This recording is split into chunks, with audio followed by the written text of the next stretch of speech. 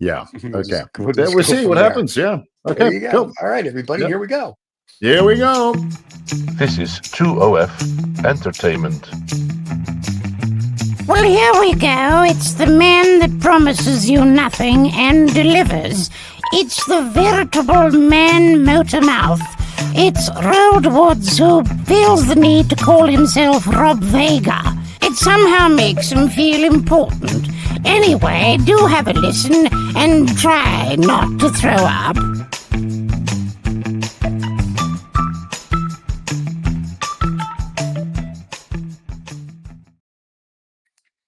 Oh,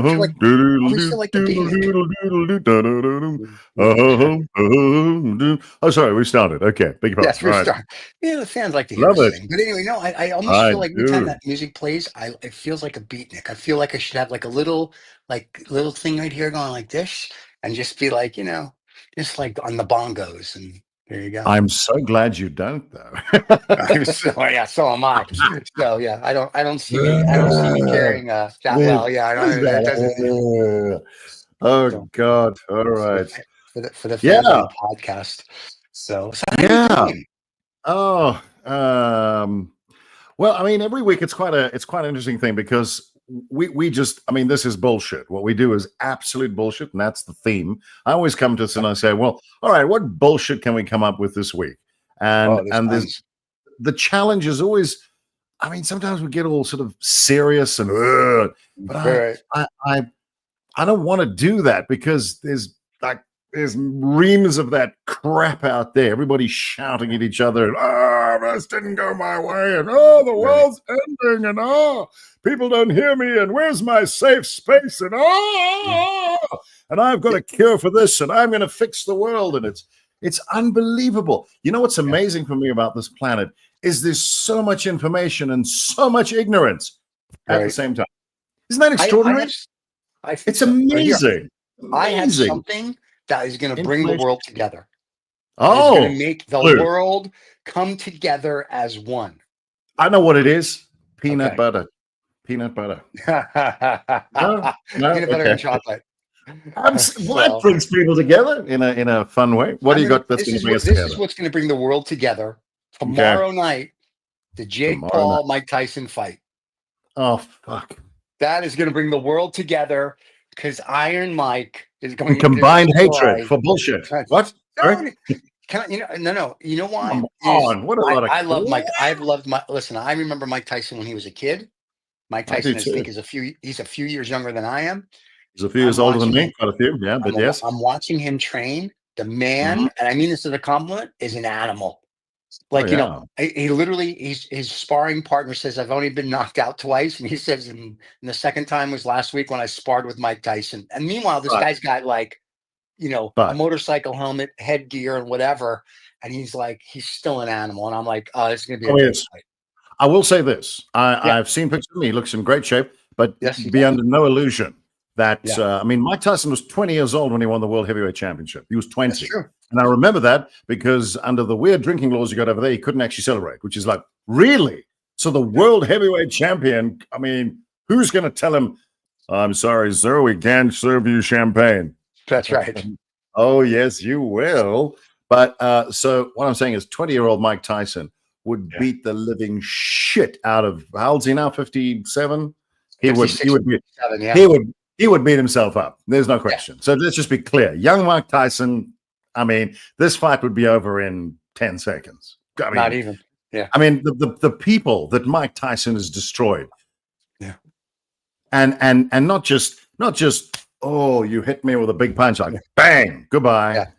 And he has such a and what amazes me about Mike Tyson, God, I can't believe I'm talking about Mike Tyson. What amazes me about Mike Tyson is people always think, he's got that funny voice and he is a very, very smart guy. Yes. He before he got into fighting, he was an absolute student of the sport, of the discipline. He knew everything about every boxer, every technique. So he might well be one of the most scientific fighters ever. And then he brings all of that with this and that. Good night. Yeah. Goodbye. Goodbye. And I'm not taking anything away from Mr. Paul. I mean, I've seen him train. He just looks like a fat little kid to me, and I don't mean that in a bad way. It's just he had to bulk up for the Yes, fight. you do. Yeah, you do. No, I'm Okay, kidding. fine. He's got a hot. Listen, he's got some Olympic girlfriend, so he's got that going for him. But anyway, but he looks like this chubby little kid, and I'm sure I don't want to get in the ring with him because I'm sure he would kill me. But I'm watching Tyson, and I'm just like, Mikey has a few extra pounds, but I'm watching him hit stuff, and I'm like, I don't want to be hit by Mike Tyson with pads or no pads. And I'm looking at Jake Paul. And I'm like, yeah, you know what? I put pads on and let him take one. I'm good. It's just that I see the intensity more in Tyson. Yeah, but there's also, I mean, I think of the chap, my sensei that I used to train with. I mean, he was in his 70s when he unfortunately passed away from cancer. But he was solid. And he must have been, he was in his mid 70s, and he was, unfortunately, as I say, he passed away, and fortunately very quickly. So there was that, but not great. A superhuman being, but don't let the age thing fool you. He was, and here's the thing: he had a lifetime of training, of sparring, of actual fighting that all just backed up and made him this rock solid but peaceful man. It was the weirdest thing. Now, Mike Tyson, I mean, I haven't seen him lately. I've seen little stupid Instagram posts of him. I don't know exactly what he's doing, and I always take those things with a pinch of salt. A lot of social media stuff, I go, I mean, there's been social media posts about the fight being over. I'm going, really? Okay. Fake. Thank you for your work. Goodbye. But the reality is that Mike Tyson is a 40-year veteran of the ring. And that is what this other guy doesn't have. And I must be honest, when I first heard about the fight, I went, okay, so he's like a third of Mike Tyson's age.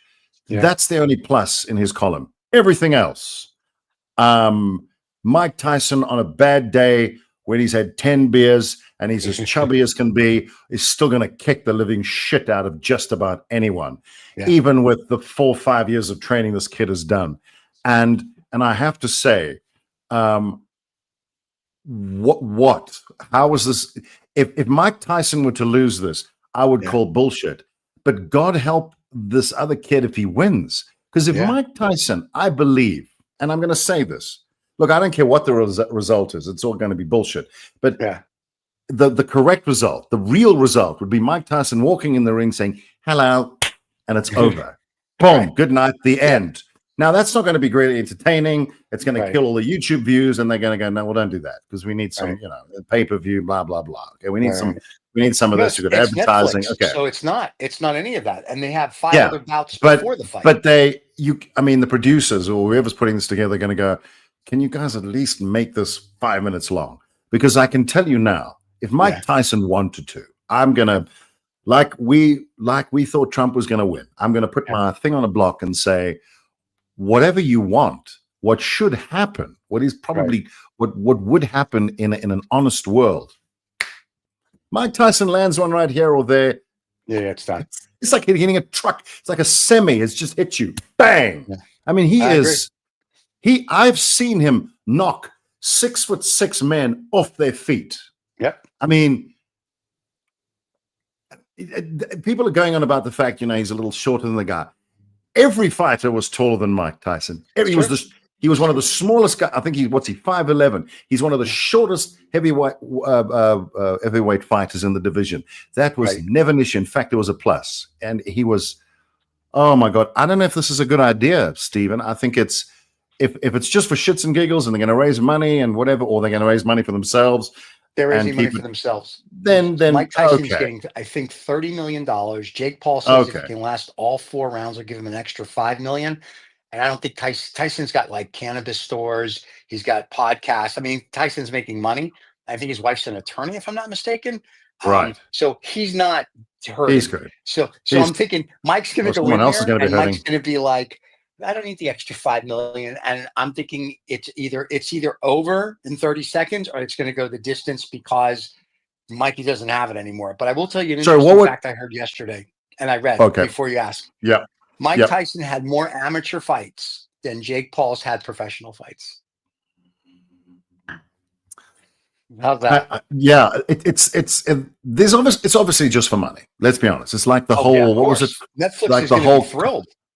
You remember the whole Conor McGregor Floyd Mayweather thing? Do me a favor. I mean, come on, Floyd Mayweather. Are you kidding me, Conor McGregor? Do me a favor. I mean, Floyd Mayweather is unbelievable. Conor McGregor, how you doing? On a love you madly. No, sorry.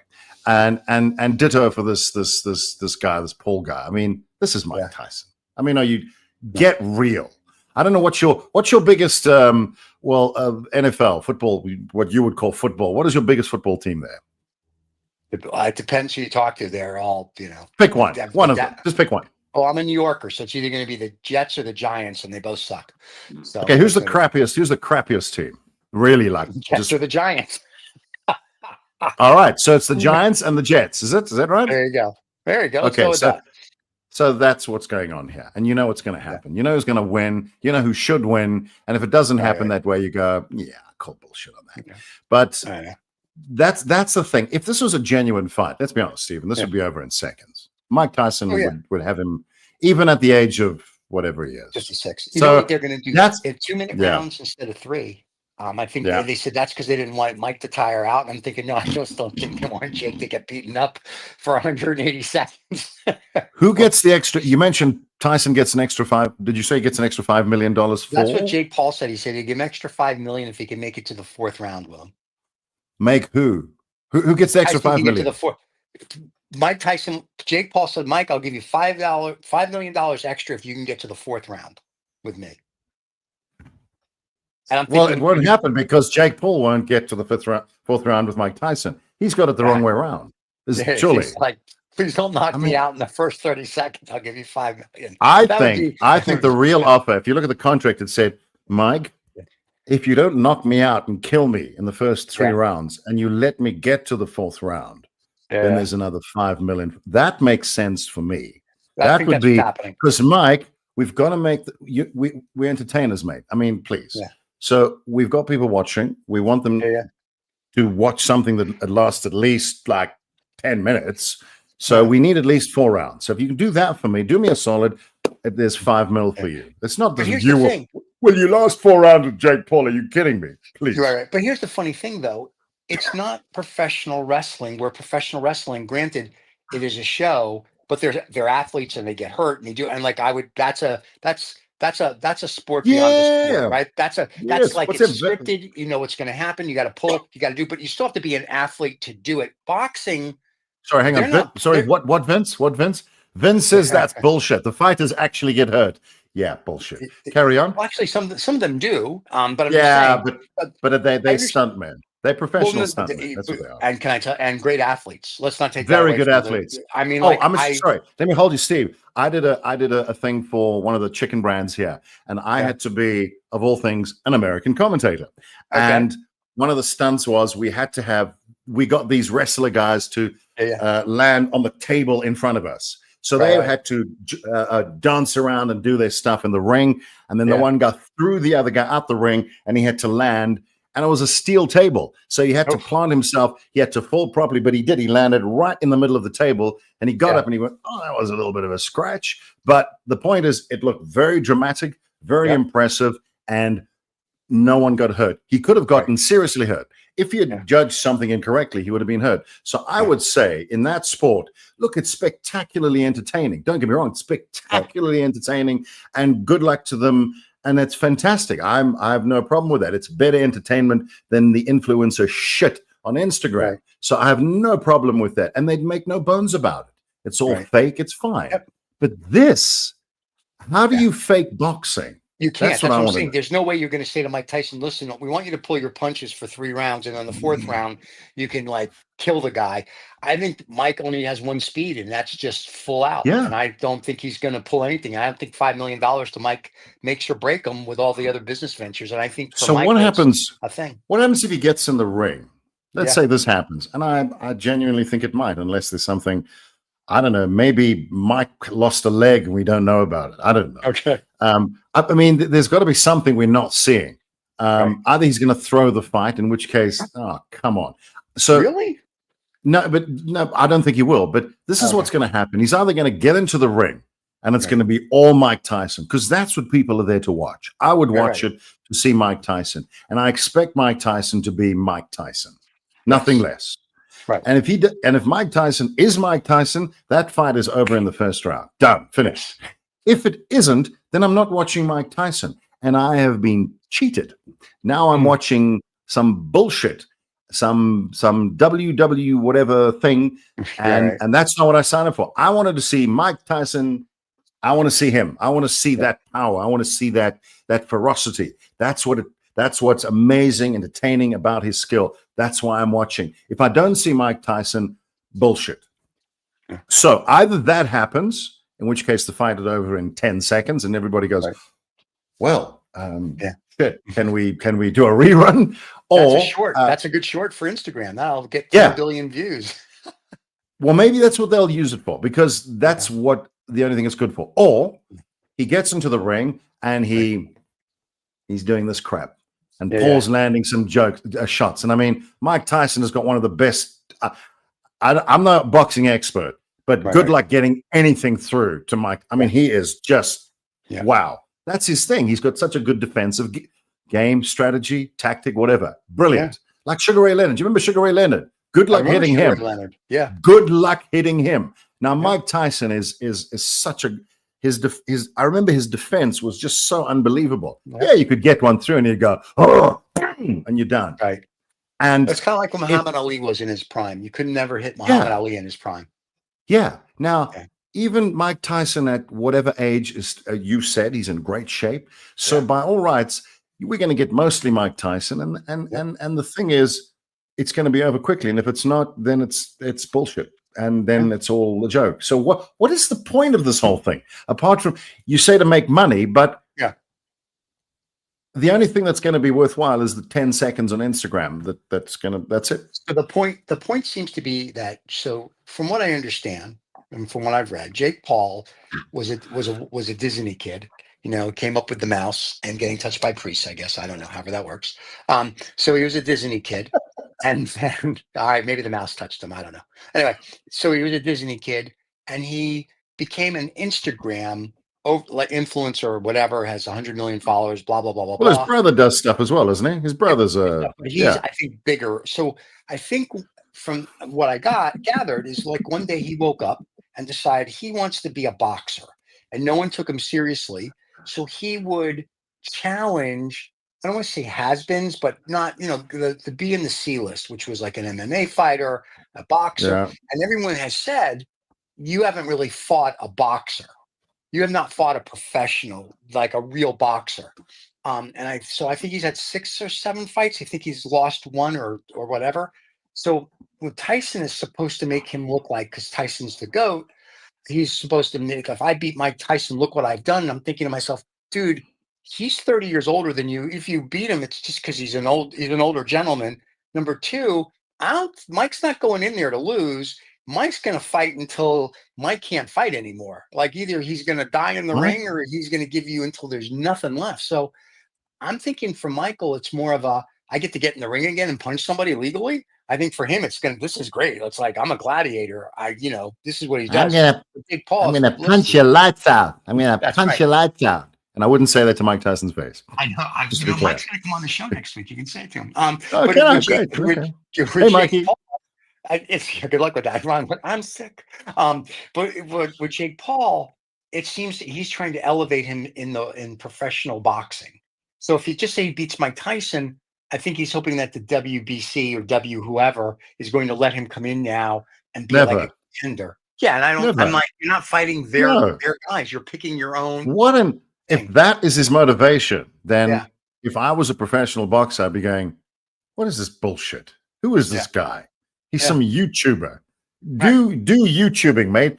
Get out of my ring, literally and figuratively. Stay out of my lane. You do you. You can have your little stage fights with these old timers or whatever, but under no illusion that you are now a professional boxer, which takes an extraordinary amount of dedication and work and a lifetime of training. And you come in 5 years and now you're gonna look at me.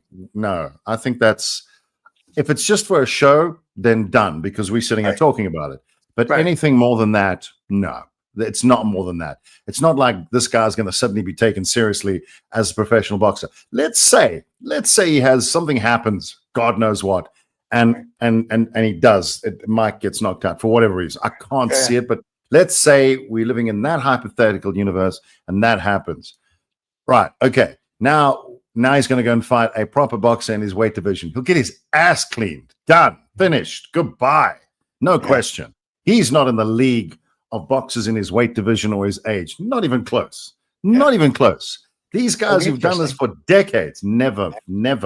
So his first professional fight, he will be goodbye.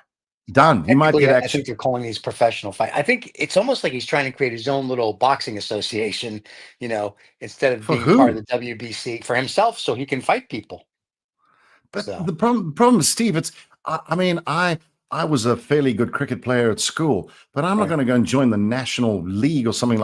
I'll get my ass handed to me. I was really good at school, but I'm not on this guy's thinking he's on a global scale. Never level. No. Yeah. Mike Tyson. There are very few boxers in history that could actually take on Mike Tyson. Any of them. And who's this guy? I'm not disparaging him as a person. I mean, that's just this is Mike Tyson. Mike Tyson. It's not just anybody. This is Mike Tyson. Tyson, the guy who would break people's jaws, literally. Yeah. Big guys, strong guys, tough guys, tall guys, freaking Optimus Prime Transformer guys. Yeah. Big buggers. Yeah.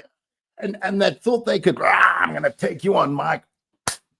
Off your feet, boom, good night. Yep. Next.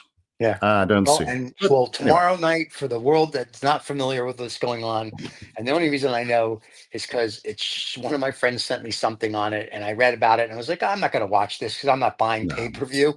And he's like, no, idiot, it's on Netflix for free. And I was like, oh, well, now I'm watching it. So explain to me. Okay. Just on a side note. So they're going to do this, and somebody potentially could get very badly injured. Sure. Part of me wishes someone would, and then part of me wishes I hope someone doesn't. Right. I wouldn't want to be, even after 10 years of training and whatever, in the ring with Mike Tyson, because I could probably die if he hit me hard enough. And I can take care of myself. What I'm saying is, why would you are you stupid? What do you hope to accomplish? I mean, it's suicide by the ring. And I hope this kid's okay. I'm genuinely concerned.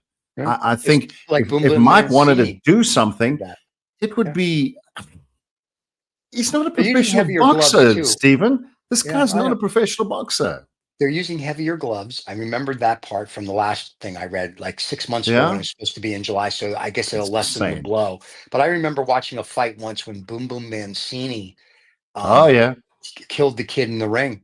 And I was like, I was watching it live because CBS used to have boxing on Saturdays. And I was like, oh, cool, I can watch. And I love Boom Boom Mancini. And I'm watching him box. I'm like, I said to myself, they got to get this kid out of the ring. This kid can't even defend against Boom Boom. And just as I thought that, he landed that punch that knocked him out. And then the kid passed away, I guess, like a day or two later. And I know Boom Boom never fought again. But I'm like, I think it's to your point. Half the people watching are hoping they have this Boom Boom Mancini moment where Tyson, and the other half are going to be like you and I, like, no one should get hurt. If you knock him out, let him get up, and he's healthy, we're good, type of thing. I'm just trying to think. What's the guy? Was he a Korean fighter? The guy that he knocked out. He killed? Yeah, was he? I can look it up. I don't know. Let's find out. Kim something. I don't remember what was about 10 years ago. Was it 15 years ago? More like 20 or 30 years ago. 20 years. Okay. No, no. This was about 2000, wasn't it? Somewhere around there. I don't know. Because now you have a look. I don't know. I remember that fight. Boom Boom Mancini, by the way, he's 63 years old. So no, this had to be like 40 years ago. This happened. Okay, so 40 years ago. So the 80s was in the 80s. Yeah. It was in the 80s. Was this the 80s? Yeah. I remember this damn fight. Just so you know, he Dude. was a professional And he was fighter broken. Hey, he was broken. He was. He was a professional fighter from 1979 to 1992. He held the WBA lightweight title from 82 to 84.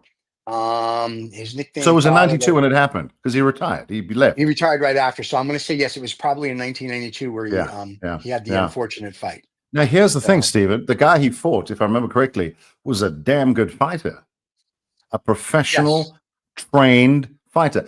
Some reason the name Kim comes in. I can't remember what his name was. The guy that he fought and that did not make the fight was Kim Duk Koo, KIMDUKKOO from South Korea. Okay, South Korea. Yes, I remember he was from South Korea.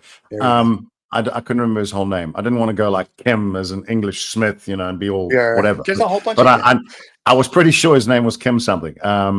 But the point is, he was I remember him. I can see that fight now. You've reminded me of it. He was.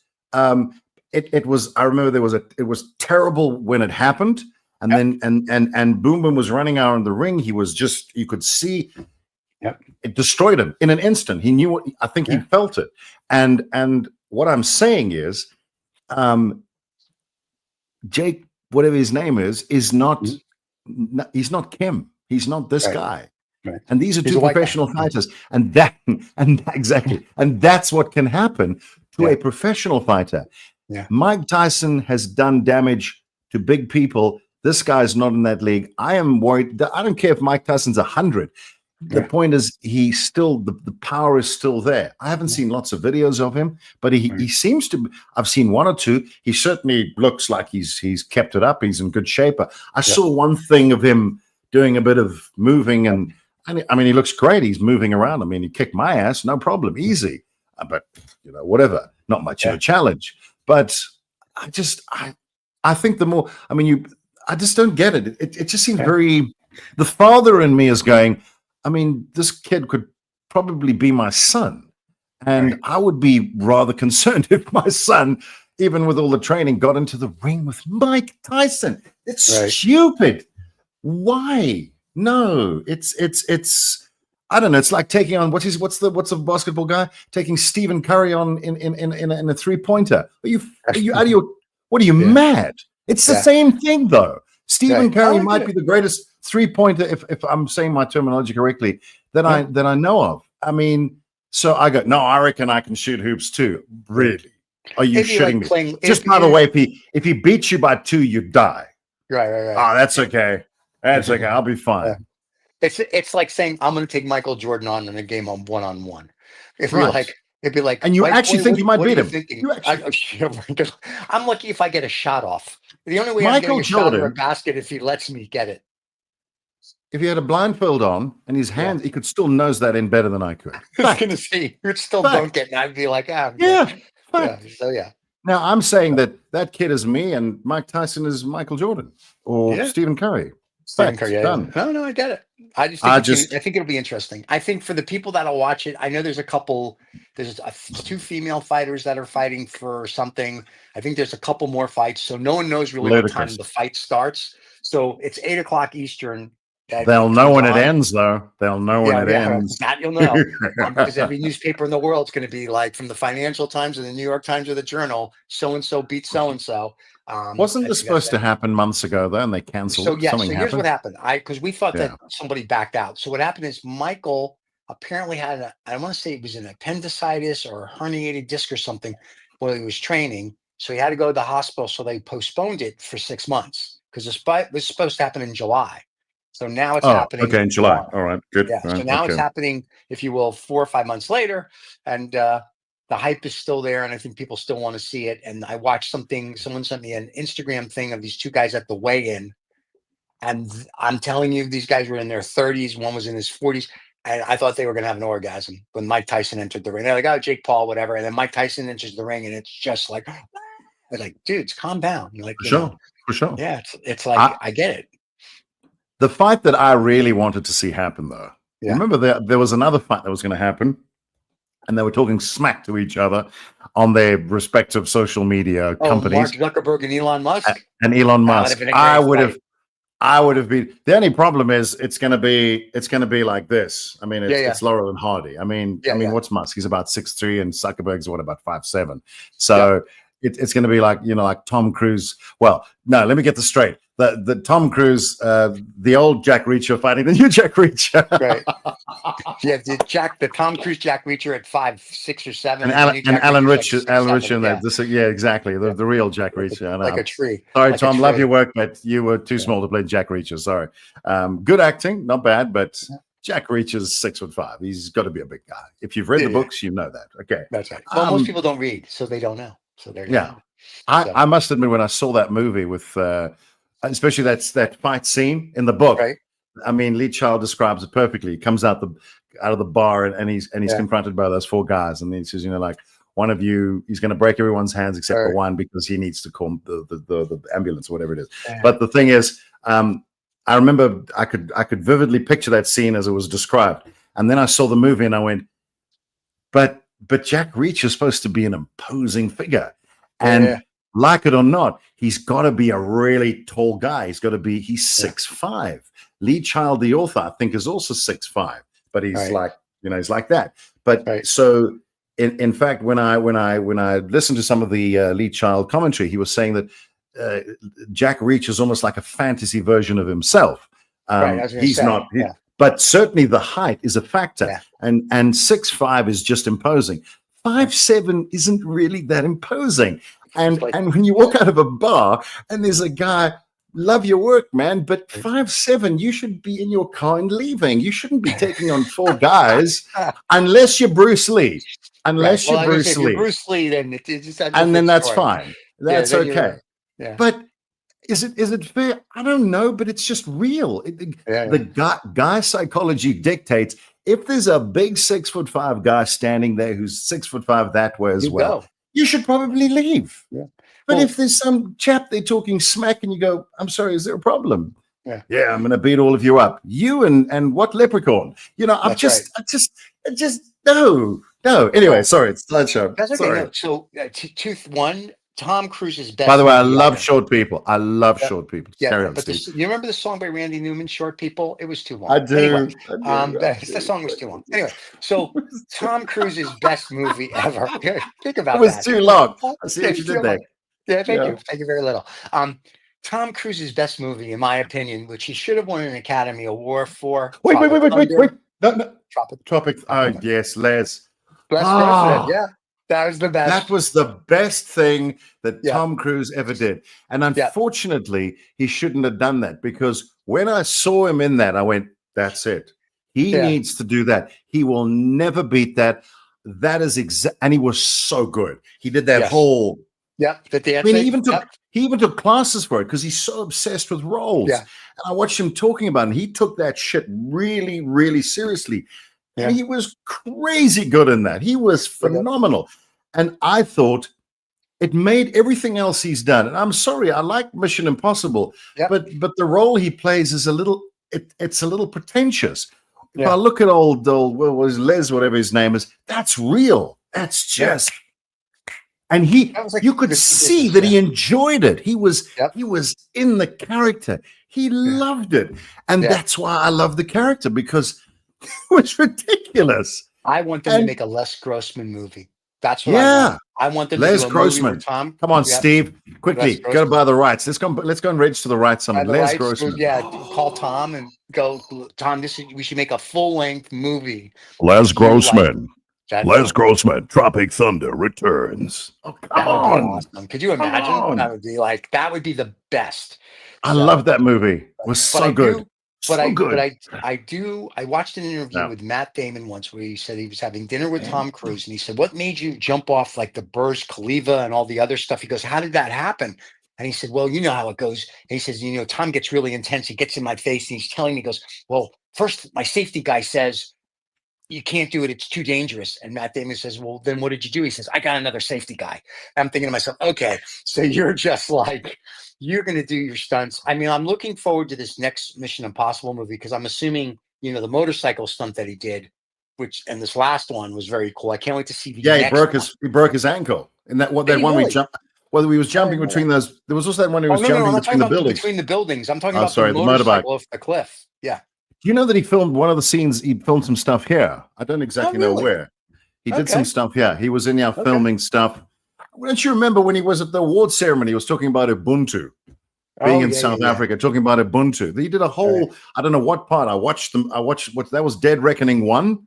So this will be, South Africa will be in Dead Reckoning 2. I'll be watching for it because we will know all the scenes. But there was a post of him. He was in a plane hanging out, no safety thing, as Tom Cruise does. And going, hey, hi, South Africa. It's so nice being here. It's so great. You got a great country. I saw the trailer. That's him hanging off of a little biplane. I saw that. I'm thinking, of course he is. I do that. Yeah. I'm like, okay, this is going to be interesting. So, but I want him to make a full movie with Les Grossman, the movie producer, because that to me, that was his. I'll watch it. His best. I would all day long. But he's got to do this. He's got to be the same prick he was in Tropic Yes. No, absolutely. And he's got to be. Hang on. Let's think of he's going to be a guy. What does he do? I don't care what he does. He can do anything. He can hire and fire. Wait. Oh, Steven. The New Apprentice. Yes. Thank you. I was going to say that. You pulled it out of my mouth. I was going, Les Grossman, The Apprentice. Can you imagine him firing people? I like it. I like it. Out of my office. Oh, I mean, I like it. Not really that different. I mean, well, same thing. Except this one's more comical, maybe. I don't know. So that would be awesome. Les Grossman in The Apprentice. So listen, I would watch that. I would watch that. Oh, I would love it. But you know what would be great? No, this is not a movie, a reality show. And Tom Cruise as Les Grossman, and he stays in character. So what it does is it's the same format. It's the same thing that people go out and they do marketing things and try to whatever, and they come back in and report back on what they've done. And he just reviews what they've done. They have a debriefing session on what they've done and who they've tried to sell to. And he just looks at you and goes, this is some fucking bullshit. Yeah. And he loses it. But he stays in character. And then you pan to the people watching and they're like, but this is Tom Cruise. Who the fuck is Tom motherfucking Cruise? And he stays in that.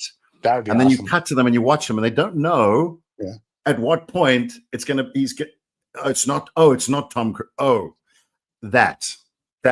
Yes. Brilliant. I think so. Ben Stiller's the one who developed the character with Tom Cruise. Yes. So Ben, if you're watching, which we know you do because you send comments to us.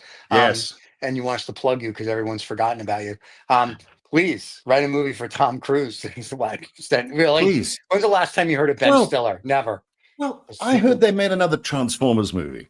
So if they can make another bullshit movie like Transformers, I think Les Grossman, Tropic Thunder, not call it Tropic Thunder 2. I don't know, Tropic Thunderous, the Les Grossman return. I don't know, something like that. That would be awesome. But you got to have Bill Hader play his assistant still.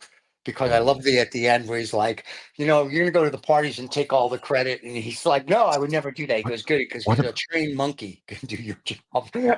Yes. The best. What about this could be interesting because I've seen dozens of podcasts on this. What about Robert Downey Jr. coming back as the Aussie guy playing an African American? Oh, yeah. And you couldn't do that today, but definitely do that. What's interesting, and I don't stir the pot a bit here. It's interesting to see who says you can't do it, and it's interesting to see who says, "What's your problem, man? It's bullshit. We loved it." Now, I loved it. I thought it was.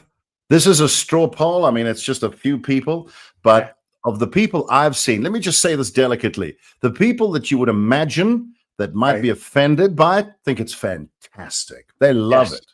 The people that are on some social justice warrior mission, they don't think so. I'm going, but you should, why don't you ask people, check with people, because the spirit of it is funny. Correct. That's what it is. Everyone is very clear. No one's being mocked. It's a character. It is fiction in a movie. That's what it is. I will say though, what was the phrase? Oh, never go full retard. That's right. That was the best. By the way, if French is correct, retard is from the French retard, which means to wait. I think it's wait or late. En retard. Wait. So basically, if you are retarded, you are mentally waiting. I don't know. Very interesting. Something like that. I don't know. I probably got all my things all screwed up, but it's Jack Black, who now all of them. looks like Santa Claus. Steve Coogan, the great Steve Coogan. He's dead, though. Who appeared for about a second. Yeah. Huh? He was blown up. You can't bring him back because he could Alan die. Partridge. Alan Partridge. Yeah. Oh, Alan Partridge. That's a great. He's funny. Well, that's Steve Coogan. That's I know. He can come back as Alan Partridge and talk about what an ass Steve Coogan is. There you go. That would be. They'll just bring him back in. It doesn't have to make sense. He's just back. But now he's back as Alan Partridge. And he's working with Les Grossman. Oh my God. The best. That would be that's a movie. That's a movie that would be very funny. You know what you'd want to see? You know what Lee Child talked when I did his writer's course or whatever, he said, this is the thing.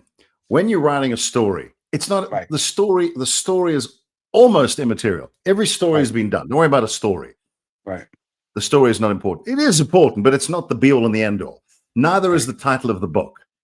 Because people don't remember. There was that. What do people remember? They remember characters. They remember Captain Kirk. They remember Spock. They remember Jack Reacher. They remember James Bond. They don't necessarily remember all the plots of the movies and who did what to who, but they remember the characters. Now, when you look like Tropic Thunder, you're thinking Les Grossman. And you're thinking all these characters in the movie. What was the guy's name? Kurt. In Les Robert Downey Jr.'s character. I don't even think of it. I can't remember his name. But what you are remembering is the character, correct, not the story. So you can bring all those characters back. Bill Hader, and Ben Stiller and Nick Nolte. Nick can come back. Nick can come back. I don't know if Nick's coherent enough. Does it matter? Does it matter? Just need him. Well, if you can't get Nick Nolte, get Gary Busey. Oh, no, wait a minute. Hang on. No, I'm kidding. I'm kidding. I mean, 6 of 1. Yeah, 6 and a half doesn't know another difference. So. But it doesn't. It would be. Oh, hang on, we've forgotten. Did you mention Jack Black? Yes, I did. I said the guy who looks like Santa Claus now. You gotta love the great Jack Black. What is with that? What is going on there? I think after during COVID, he just kind of forgot to shave. Somebody should remind him. Somewhere there is Jack Black.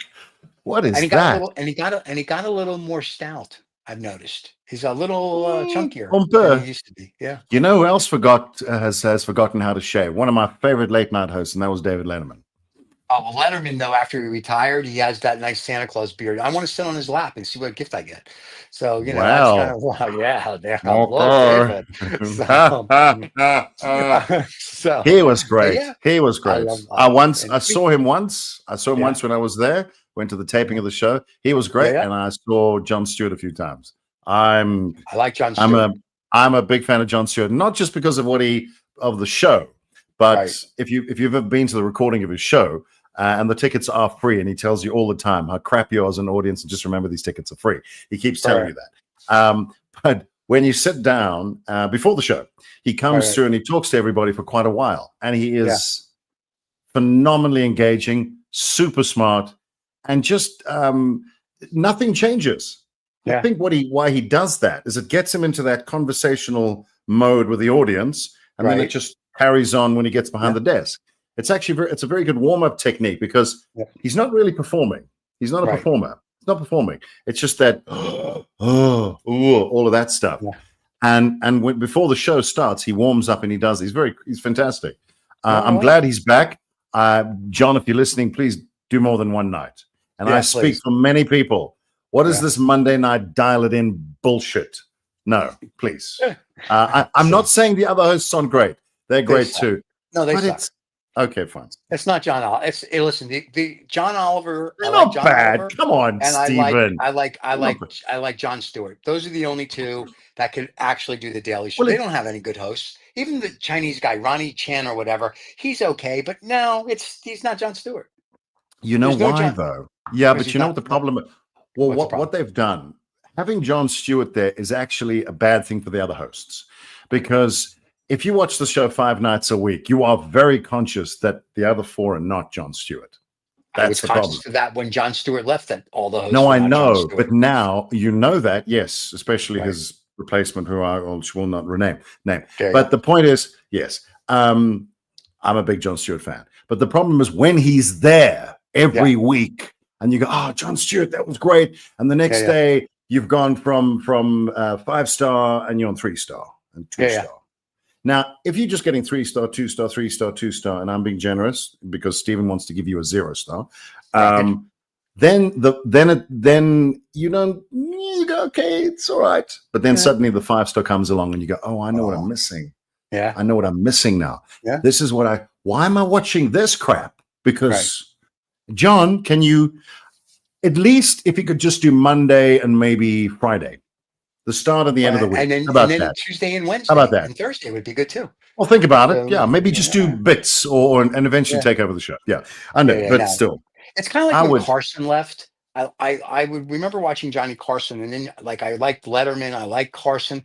Jay Leno was okay, but he wasn't Carson or Letterman. And now these other hosts like Seth Meyers and Jimmy Fallon and whoever else they've got. Colbert, yeah. See, I like him when he played I don't mind character. Steven. I don't mind Steven. I liked him better when he was doing the Colbert Report. I thought that was good.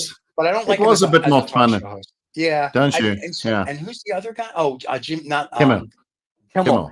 I remember Kimmel when he first started. I liked him. I don't like him as much. What was that show that he started with? Him and Adam. Adam, whatever. The Man Show. Adam Carolla, The Man Show. Adam Carolla, The Man Show. Oh, that was all right. And he was on Win Ben Stiller's Money. The Man Show was insane. The Man Show was great. I love that. The problem is every time I see Jimmy Kimmel now, I see The Man Show and I go, okay, when are we getting to that part? Why are we being so lame?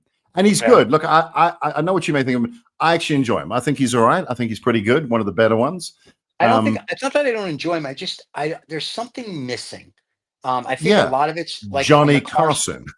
Well, because Carson, back in the day, when you saw someone on Carson, that was a big deal.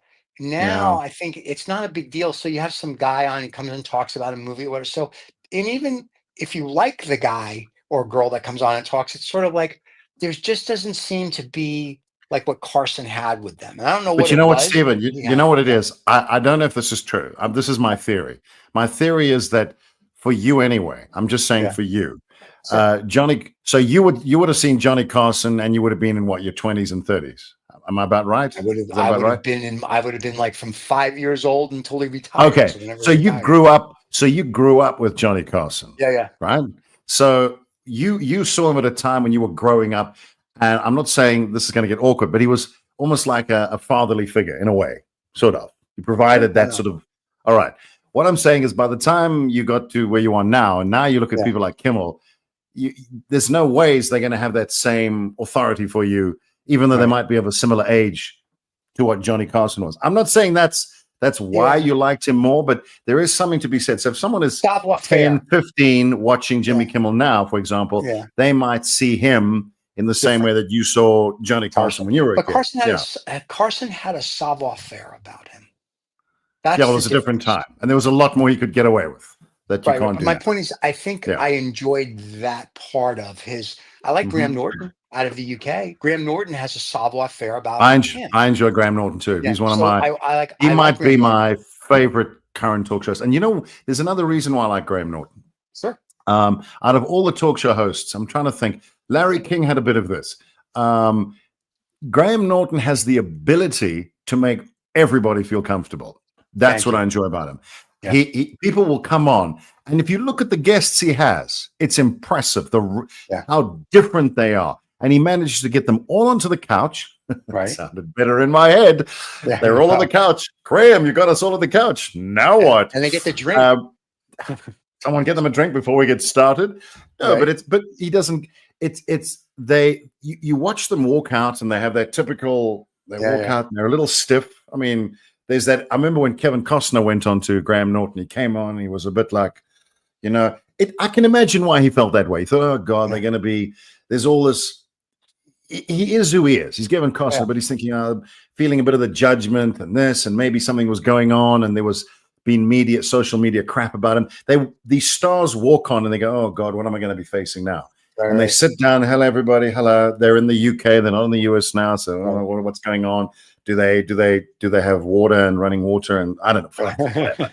So he sits down, and then Graham strikes up a conversation, and then you just watch their body language just changes. They just he cracks up a few things. So Kevin, so I saw you in the in Yellowstone. Oh, I got to tell you that you had that sort of that shirt on. That was it like a, and then Kevin will finish. Yes, that was it. And it had all those weird buttons on, and then you had the big hat. Oh, I love that.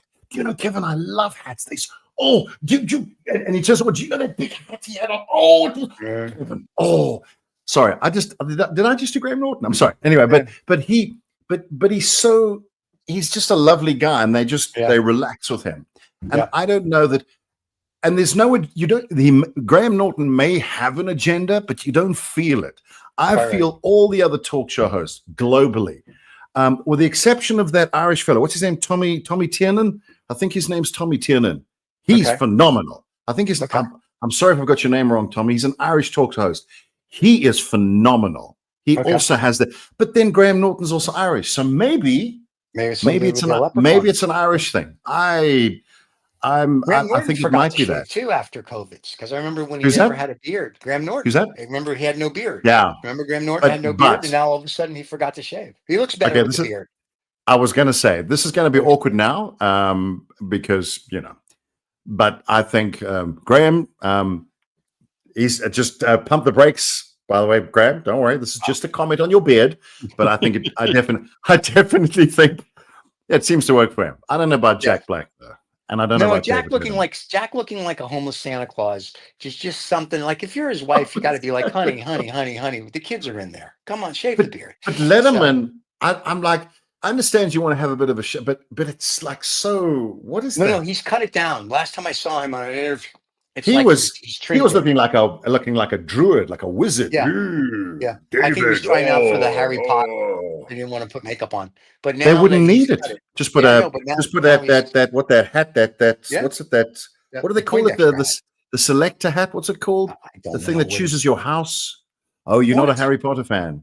No, they put that hat on you. I have IQ points. So no, they put that pointer hat on you, and it decides what. Okay. Well, you put that on David, and he's give him one of those old-fashioned coats. Yeah. Dave, you're good to go. How's Gandalf's in the house? What? Yeah, what accent are you going to be doing for us, David? It's got to be an English accent. David knows one accent, Midwest. No, he's great. Where's he from? He's from Indiana, isn't he? I think he's from Indiana. Yeah, I mean, Paul. He's from Indiana. David had the kind of like Carson kind of persona where he could put 90% of the guests at ease. There were some guests that no, but a lot of these, like I'll watch an interview with Fallon or these other people, and they like even Kimball. Sometimes it's just combative. Like the guest doesn't even want to be there, and I'm like, wow, your publicity like River Phoenix. God, did you ever see the River Phoenix? Not River Phoenix, Joaquin Phoenix. Sorry, Phoenix, River. Yeah. God, that was the most awkward thing ever. And David was just like. Yeah, but that's what I'm saying. It's like for the most part, but some of these guys, I'm just like, wow, they don't even want to be there. I mean, there's some people that are constantly on the show, so they're like they like him or like whoever. But there's others. I'm like, yeah, no, but like to your point, Graham Norton, everyone seems to come on and just be like, oh, cool, I'm hanging out. There's another host. I'm trying to think of his name. Hang on. I got to give you his name. Okay. Wait a minute. Wait. Actually.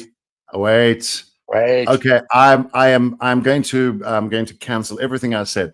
I've remembered who my favorite talk show host is of all time. Okay, of all time. Are you ready for this? Okay, of all time. Yeah. You ready for this? I'm totally underutilized in the years, and that was the great Craig Ferguson. I love Craig Ferguson. He was phenomenal. Craig Ferguson. Sorry, Graham. I love you, but Craig for me is he's just got that extra. Oh my God, Craig Ferguson! Wow, no, he was my favorite. He was he was dirty. I liked him. He was very dirty with the double. But he could pull it off. Could pull it off, and not everybody. Other hosts do that, and they go, "What are you doing?" Yeah, but he was just. Yeah, no, he was. Yeah, there's your man. There you go, Craig Ferguson. So we've gone from Mike Tyson to Craig Ferguson. So we've gone from boxing to what? Hosting? I don't know. Weird. Hosting. You know, And and we didn't discuss the UFO hearing yesterday in the U.S. Look at that. What was that? There was a UFO. Nope. Congress had a UFO hearing about extraterrestrials, and they had all these government witnesses talking about, you know, what they know and don't know. So I will say this quickly before we go, and that is, did you ever watch a movie called Contact? I read the book and saw the movie. Book is better. Great. The book is better, and I will say this: if you've spoiler alert, goodbye. If you don't want to watch the end, I'm not going to spoil the end, but I do think if you've watched the movie, which you have, the movie is phenomenal. Up until the last scene where James Woods watches 3 hours of tape, and they realize that there was all this blank tape, and you go, yeah, that is interesting. You didn't have to put that in.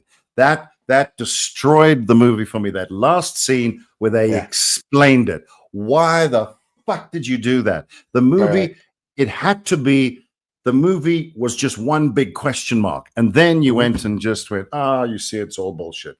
That was disappointing. Am I right? That was silly. Why would you put that scene in? Anyway, just my 5 cents worth. The public is too stupid to figure things out. No, that was the point. It was the whole thing was a giant question. Everything in Contact was one giant question. Why do you have to answer it? Well, yes, exactly. Carl Sagan was about the big question, not necessarily having answers. That was the point. It was about questioning. And then he wrote, I guess, a fictionalized view of a big question. And then they went and answered it. And you go, oh, for fuck's sake. Wow. Come here. What? You're the producer. Anyway, that's not what I wanted. That's not what I wanted to say. There's a scene where David Morse's character is walking along the beach, and Jodie Foster walks up to him. Was it before then? Anyway, they're talking about, is there another life form or whatever? And he says, well, if there isn't, then all the space in the universe is just a huge waste of space.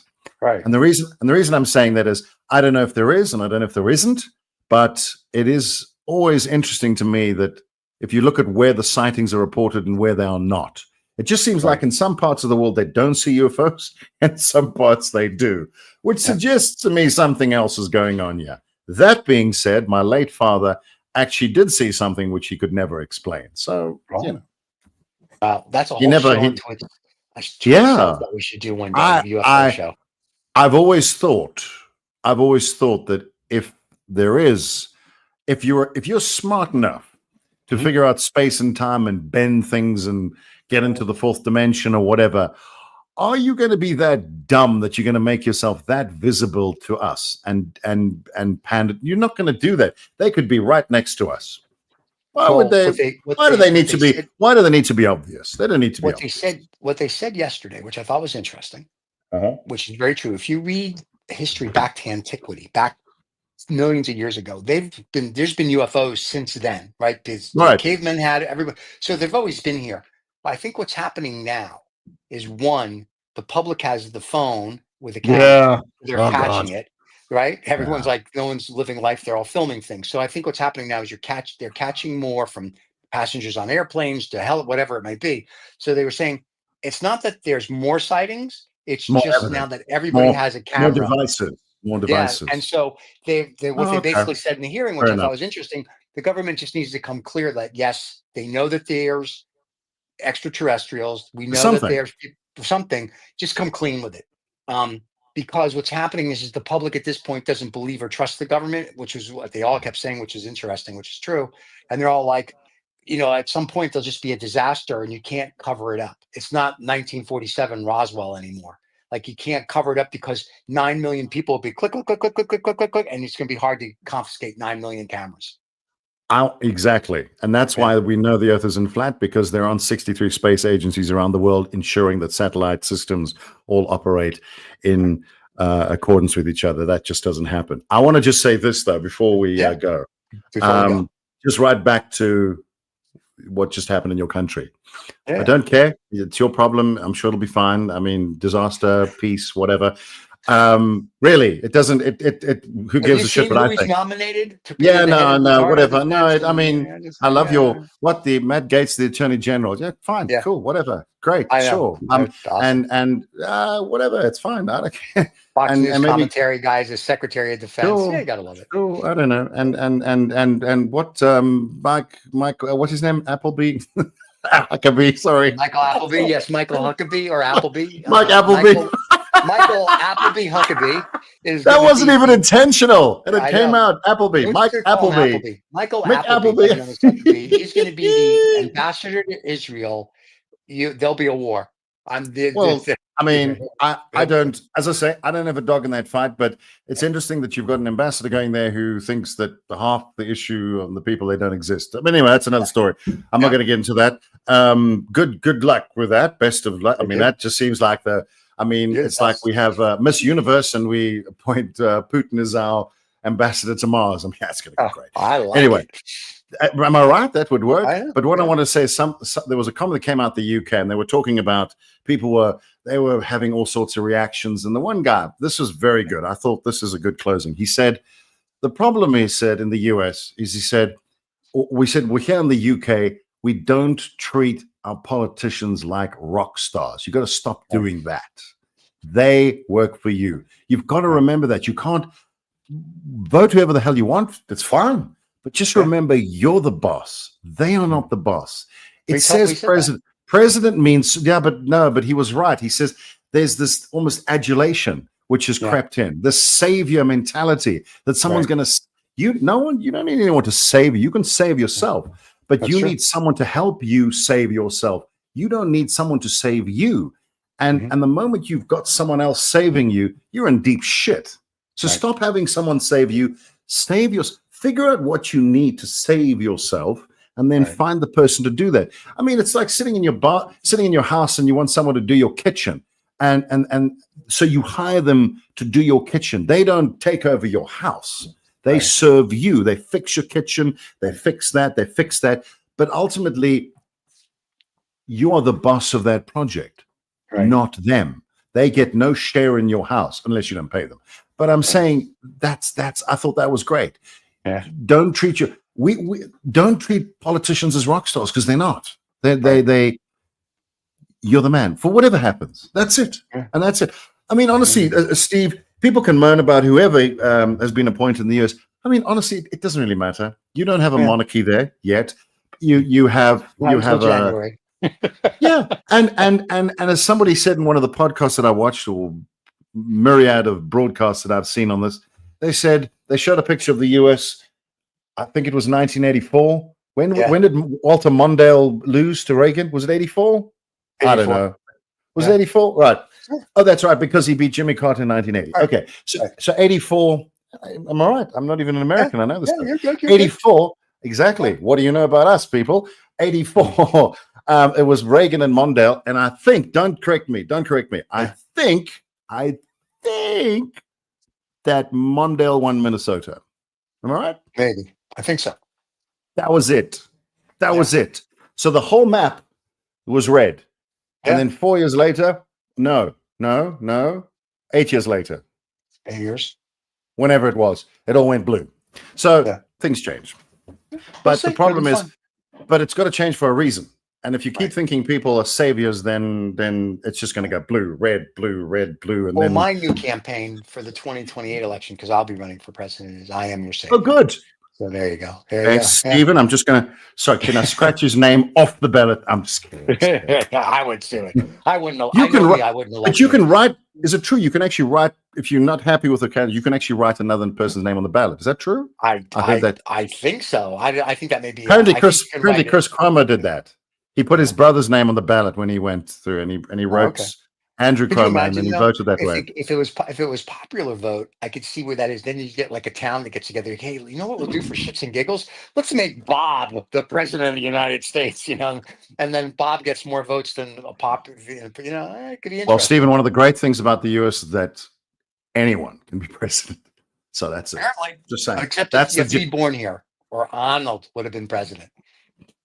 Don't worry. I mean, there's always an amendment, and maybe one day, ladies and gentlemen, you will have your first African-American president, proper one, and his name will be Elon Musk. I love it. That's There you awesome. The end of the world. Sorry, your second one. Sorry, your we had second. Obama. But he was an African-American. He was just a Yeah, black but guy that became president. how African was he really, though? Elon is the deal. He was born in Africa. He's the proper deal. American, I know. Yeah, I he's the agree. deal. Anyway, good luck with that. Yeah, thanks.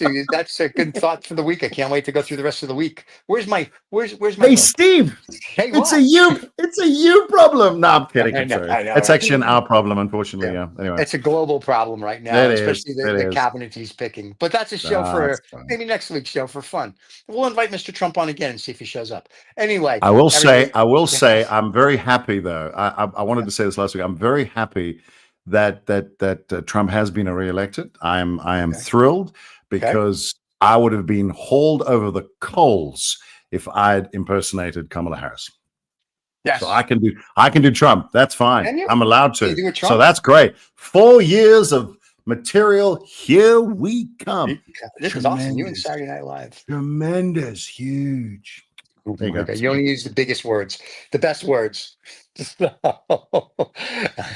Guys, it was good to see all of you this Thursday. We'll see you next Thursday, rebroadcast at noon on Thursdays if you don't catch the show live, and you can catch us wherever you get your podcasts. For podcasting, Two Old Farts Making Noises. On YouTube, we're under 2OF Entertainment.